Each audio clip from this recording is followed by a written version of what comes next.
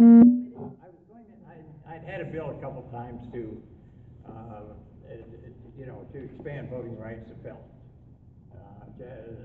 Senator Hatch and I had a bill 2 or 3 times, and we could get it passed in the Senate. Never could get anywhere in the House. And I was going to have a constitutional amendment to drawn up to take that out of the Constitution, because there is, it's in the Constitution now. And I was talked to, and there's a lawsuit now that what they're trying to do, the one thing when Ned Chido ran against Tony Bisignano, and they took it to the Supreme Court, and the Supreme Court gave a really kind of a vague answer. Maybe the lawsuit, I think there's a lawsuit in the works right now that to prove what the Constitution means, and so and I was approach and say, please don't even do anything. Let this work out through the court system before anything goes. And that's the reason I didn't put in that amendment. But whoever my successor could do that, it depends on how the court rules. If the court rules against it, or rules of what's an infamous crime, and who knows what an infamous crime is? A misdemeanor could be an infamous crime. Absolutely. Yeah, there's a lot of things. So, but Governor Vilsack and Governor Culver had an executive order that just allowed felons to vote, and those that were, it was kind of like a pardon for voting, and it was great. And those who were pardoned prior to, if their crime was committed prior to Terry Branstad coming in, they could still vote. I just hope that, I worked in corrections for several years, and I never understood why that people had to go through all this rigmarole to get their voting rights back. And I don't believe people that are on parole or probation, because they're still controlled by their probation parole officer. They can exert a lot of influence over them, or somebody in prison can be influenced very easily. So, but once you're off paper, you're no longer part of the judicial system. Absolutely, you need to be able to vote. I mean, and it's something that brings you back into society, and I absolutely believe that. Gun rights, no, that's a whole different thing. I think you still should have to go through all of the hoops to get a full pardon for the governor to have gun rights. I worked with a young woman in my district that she was at Fort Des Moines when I was worked there, and she was one of our inmates, but she ended up working in corrections, and now she's a parole officer, but she still couldn't have gun rights, and so I helped her get full rights back, and because if there are some jobs in corrections where you have to carry a gun, and she could not bid on those jobs because of that. Can I make sure that I'm understanding you correctly? To get their gun rights back after being a felon, but they cannot vote? Oh, they would be full restitution of all a full right. It was restitution of all of it. Yeah. But right now, even to get your voting rights back, very, very difficult. Even if you don't have restitution to pay, it can be hard. Yeah, I don't believe in the restitution part of it. That was a Republican thing. Everybody ought to pay their restitution and fines and court costs and all that. And it just, you're absolutely correct, that, you know, but that was a Republican thing, they gotta pay off all their bills and everything, but, you know, if I go bankrupt, there are victims out there to my bankruptcy, but I can still vote, so. Mikhail, it's up to you, young man. I was enjoying the conversation. This is my favorite guy. First of all, let me thank Representative Gaines for setting this up. You know, secondly, it's an honor to be with Senator Dearden, and we know that he's retiring. You know, and it's been a pleasure working with him across the aisle. You know, and to all of you that's here, I will be very short. Okay. I'm on the Education Committee. In education, I have one passion at this point, well, several, but a passion that I have is that I introduced the bill several years to make sure that we started teaching a second language to our children in elementary. You know, we lose, because we're not preparing our children for the world market. When you look at the companies that are hiring, you know, they're looking for individuals who are bilingual. You know, they're looking for individuals that can, you know, and don't get me wrong, when I say that, not just speaking Spanish, they're looking for individuals that are speaking Chinese, you know, that are speaking Arabic, that are speaking other language, because we're doing businesses around the world. You know, that's one thing. The other thing in education is funding. You know, I think it's criminal that we underfund our schools. You know, the education piece is the foundation to everything that we do. It's the foundation to us being in legislators, it's the foundation in your business, and it's a foundation to our future. You know, and when we underfund it, and the disparity that we have in education is criminal. You know, when you look at, you know, Moulton, Edmonds, and King, and you have teachers that are in classrooms that have 32 and 34 children, and then you can go to the downtown school and they have 16 and 18 in a classroom. You know, when you go and you look at the disparity in our school system, that is an issue. So those are my passions in education. You know, I'm also on the Public Safety Committee. The Public Safety Committee, you know, we do a lot of gun bills. You know, everybody wants us carrying guns. You know, Not me. I mean, just so we're, not everybody. Public safety guy. Some people on the public. You know, that the key is we have a real issue, you know, in public safety. One of the things that I'm also working on with Representative Berry, you know, is the fact that, you know, 13, 14, 15-year-olds are not going to actually fill out paperwork, you know, to get a gun. But they are getting guns. They're getting assault weapons. You know, and when you check with your police department, you will find out that when they do confiscate the gun is not stolen. So that means an adult has sold a gun to some kids. And we're going to work on some legislation. We've been trying to craft a legislation, you know, to be able to address that.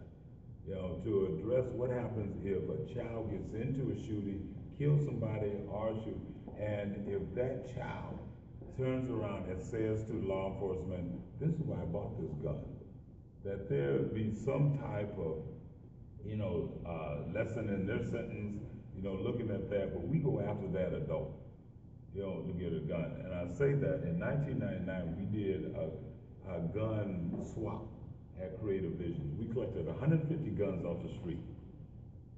The first gun that walked in was from a 10-year-old who had an assault shotgun that he carried to school and hid outside the school because he felt he was being bullied and they were trying to force him.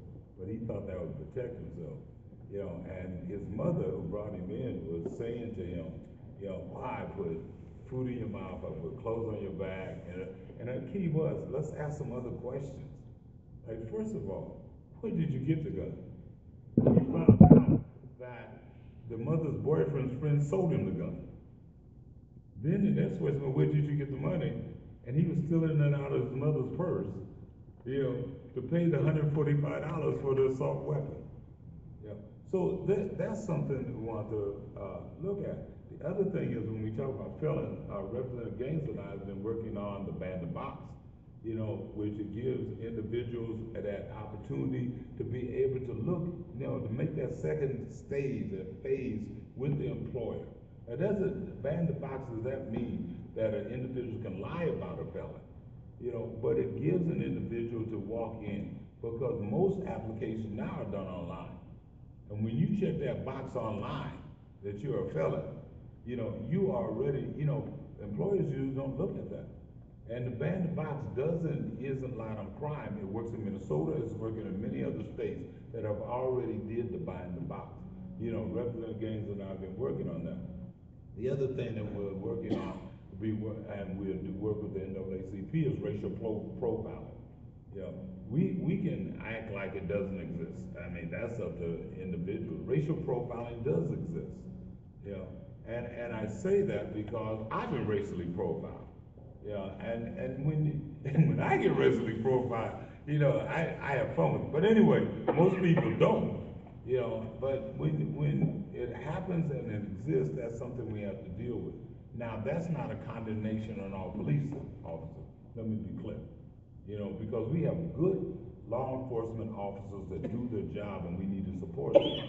But like any organization, even as legislators, we have some bad legislators. You know, it's simple as that. And we have some bad police officers. And it's not bad because of bad people. It's called conditioning. It's the same thing that Representative Gaines was talking about we have to do with teachers, you know, in teaching our teachers. You know, we have police officers that come from small towns that have interacted with minorities, you know, and all they've seen in minorities, the reference point, is what they've seen on television, you know, or what they see on the news. You know, those are the things that we have to begin to focus on. The other thing that I'm working on is basically human resource. I'm on the human resource committee. I have passions there. I have two major passions there. One is medical marijuana. You know, we actually stayed up, and I forgot what year that was. We were in session, last day of session, till 5 o'clock in the morning. 2 years ago. 2 years ago, 2014. 5 o'clock in the morning. I mean, we could have ended session, you know, much earlier. We could have went and actually had cranberry juice and that type of thing. But the thing is that we stayed up till 5 o'clock in the morning to pass the most asinine bill you ever heard see in your life. It didn't help. And the thing that makes it so passionate is that in Human Resource Committee, we sit there, and sitting around in that room were mothers and fathers, you know, single and, you know, and two parents with their children that were in wheelchairs and in those spatial care, you know, push things. And, you know, these children, some of the parents even talk about how their children would have 25 to 200 seizures a day. And we had one of our colleagues, and I would never name the name, because it actually upsets me. But anyway, had one of the colleagues looked up and said, you know, well, we're only talking about 100 families. That is so insensitive. If we're talking about one family saving one child, and we got it out of Human Resource Committee, and we got it on the floor, and then we argued because people thought it was a slippery slope to actually legalizing marijuana. Yeah, which I'm not against either. But anyway, the whole key is, okay, we are live streaming this right here.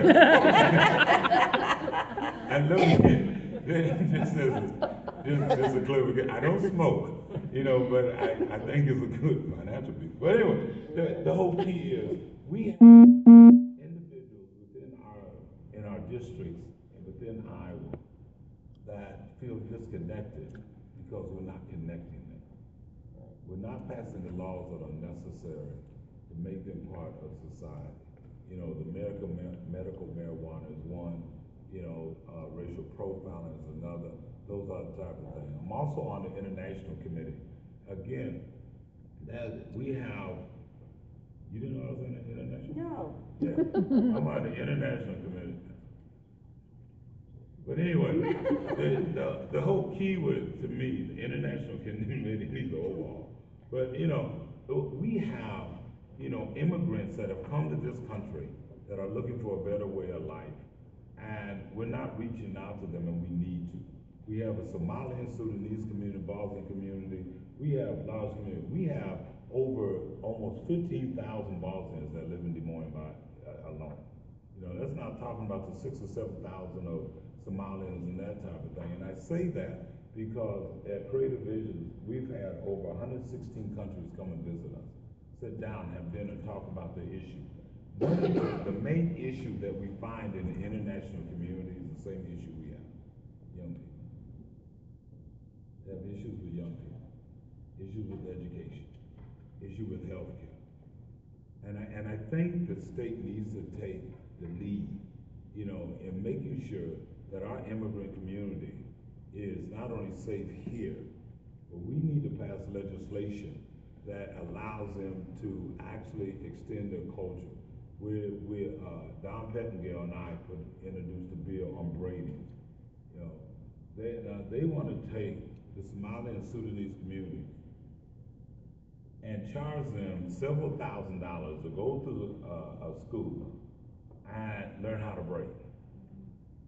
But not even learn how to braid, right? They have to braiding. Yeah. And so, but they're gonna teach them how to braid. And the reason why we brought the bill in there is because they already braid. You know, because they've been braiding, you know, for some of their It's their a family grandmothers, thing. their great grandmothers, before some of us were even born. You know, no, Senator, I said some of us. So anyway, you know, so you know, so I mean, these are things that we have to begin to address because, and the thing is, the That's braiding bill reference came to, because the immigrant braiding community hair came to of, us and said, black we people. want to pay taxes. You know, we want to be part of the tax base. Now we're going to penalize them for coming to us and saying we want to be part of this, and now we want to penalize them. Now what has happened is there's a lawsuit now that has been filed for the braiders, you know, that type of thing. And the key is, sometimes we'll learn it's the same lawsuit that's been filed in over 11 other states, and the braiders have won. But the key is, why do we have to wait and go through court so the braiders can win to a group that's coming to say, let's do that. You know, let me be part of this society. Let me pay. You know, in fact, when the board actually ended up passing some rules or something that even if they started braiding that in their home, then they would have to spend thousands of dollars, one, to provide a separate interest to their home. You know, so people could come in and braid. You know, then they have to provide and do a whole setup with a separate sink and separate this and a separate that. That is ludicrous. Kind of hard if you live in an apartment. It really is. But you know, but we have to make sure that individuals that come in this country, you know, aren't penalized because we welcome them here. The other thing is that, you know, again, I've pushed it, other people have pushed it to DREAM Act.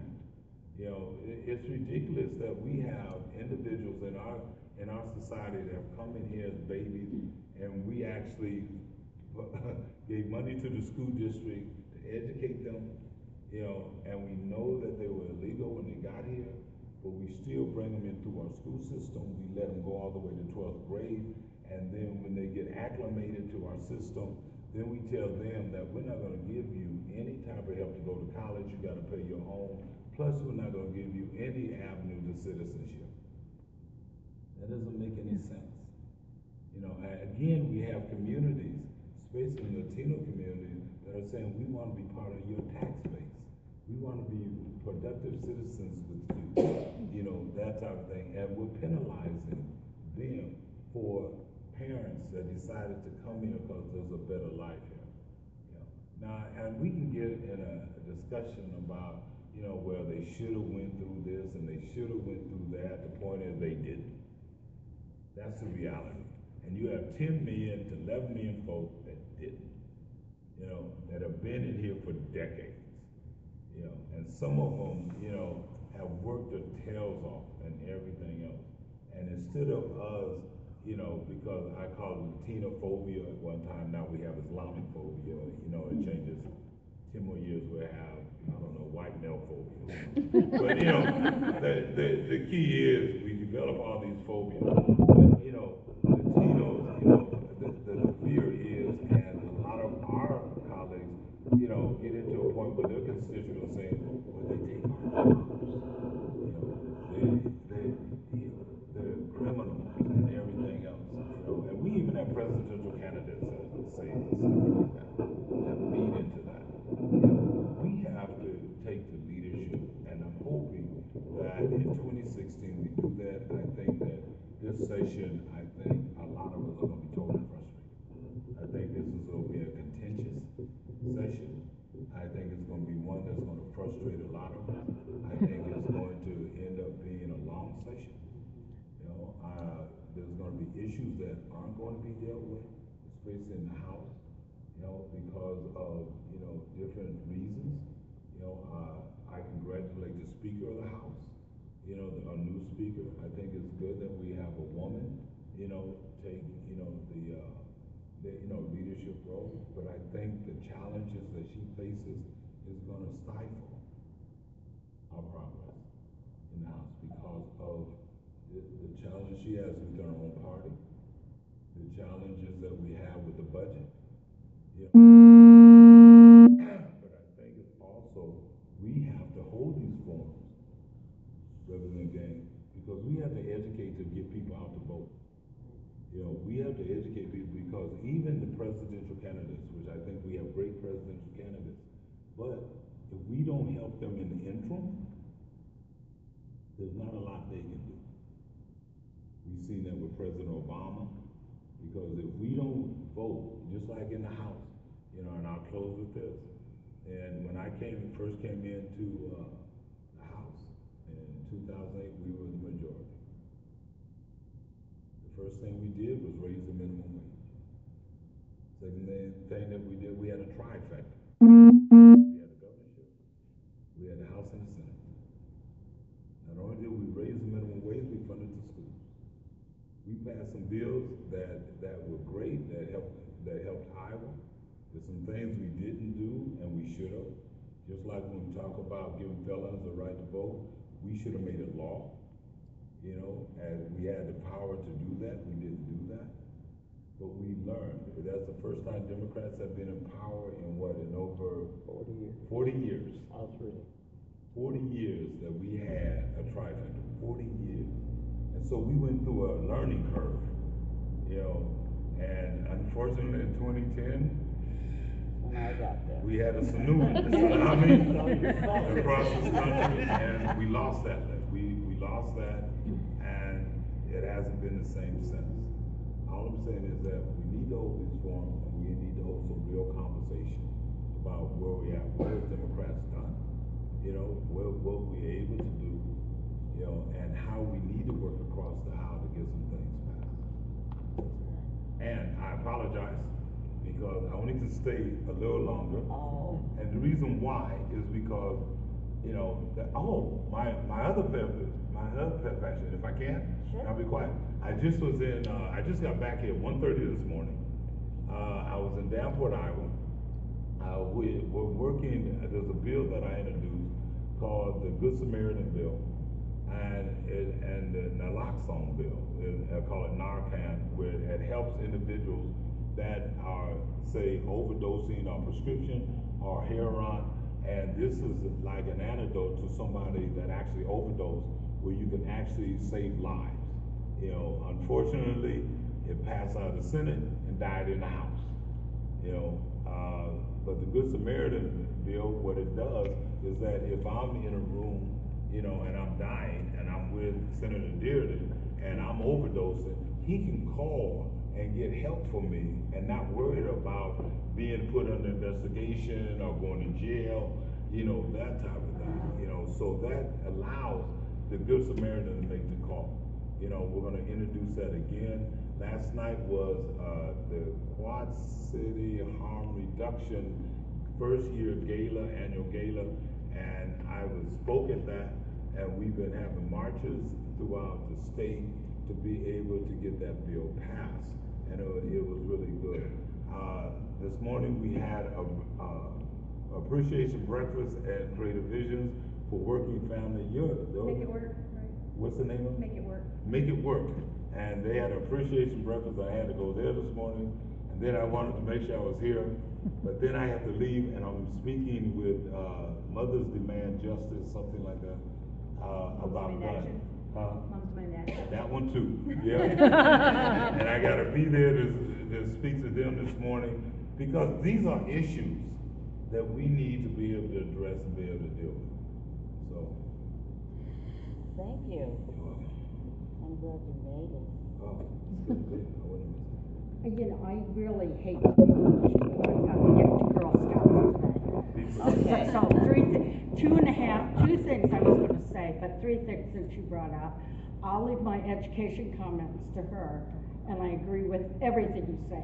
Damn it, I see the money the teachers spend out of their pockets. I even am doing it. Now, that's ridiculous.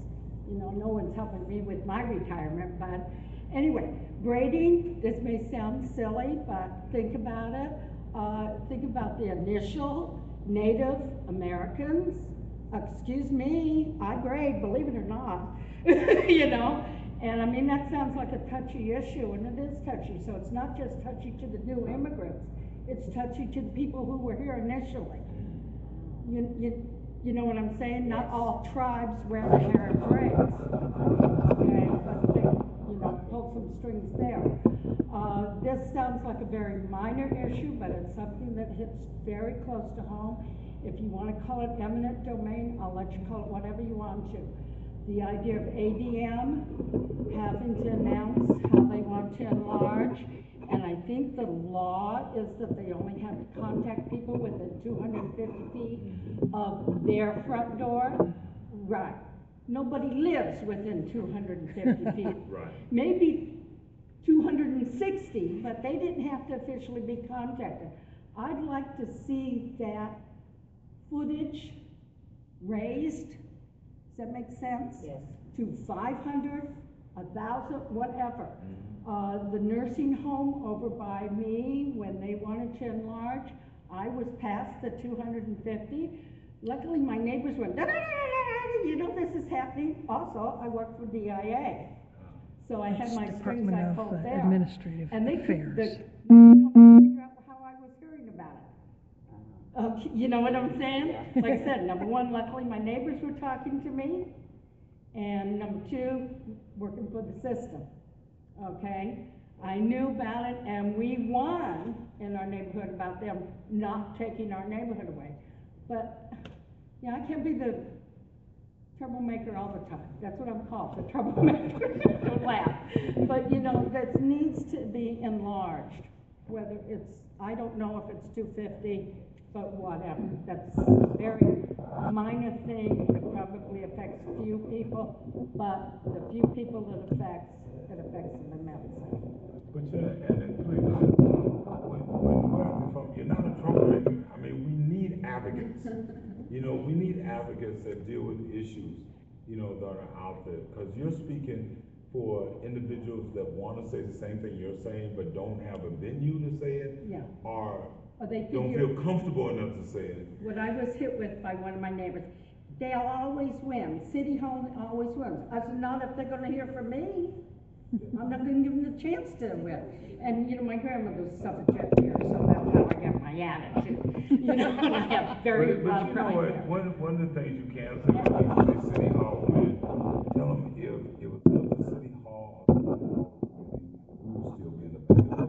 We went down, we won. Okay, we can win if people come together and actually, and vote and deal with the issues and come to forums like this, and we hold different forums in homes and that type of thing, then people won't feel hopeless. You know, and that's what our job is, to make sure that people know that you can win, you know, and the people can win. You know, we just have to push that, because that's what's wrong with a lot of the millennials today, you know, is that they don't feel they can win. They feel hopeless. And that's why you got individuals saying, I don't like the system, I don't want to vote anymore, you know, and we have to change that mindset, because the voting is our voice. But you're speaking to the choir. Well, sometimes you gotta sing to the choir to get the Oh, I word. know how people Yeah. are. On your ADM issue though, real quick, on your ADM issue, not just does it need to be expanded the distance do people need to be contacted, but ADM contacted the neighborhood 2 days before the 30-day requirement was up. There should at least be a 15-day period, because that 2 days, they just pushed us off for those 2 days, and then it was over, and they did nothing. It was a joke, it was absolutely a joke, but they had no answers to any of our questions about what will this pollution do to our health. They just said, we don't know, we'll let you know. So that was after the 2 days that they let us know, so there was nothing that could be done. So not just space, but also time is what we're dealing with when it comes to, not just expansion of business, but expansion of pollution into our neighborhoods. So I just understand what she was saying about ADM in particular. Okay, I see you getting ready to move. I have a question. I missed the racial profiling forum that was earlier this week. Yes. I think the conversation about structural racism is the most important one happening in the country and in the state. It's like kind of happening. Can you talk either about that event in particular, but especially about, you said there's legislation about racial profiling. Is that going to provide resources to train people about eliminating bias? Is that going to provide penalties? Like what do you have in mind for that? Well, the bill actually is being drafted by the NAACP, and we're working with them, and several other legislators will be working and trying to also get some of our counterparts across the aisle to get it done. And I'm hoping right now that the main sponsors of the bill would be Representative Gaines, Representative Hunter, and myself, and that we get a couple of Republicans to help that. It will provide some penalties, some training. It's a real comprehensive bill. One of the things that came out of the forum, was the fact that you had the police department that was there, you had attorneys that were there, advocates that were there, and you had a mother there whose child was racially profiled. And she talked about her experience. The other thing is you had a diverse audience that was there, and I think that needs to be done.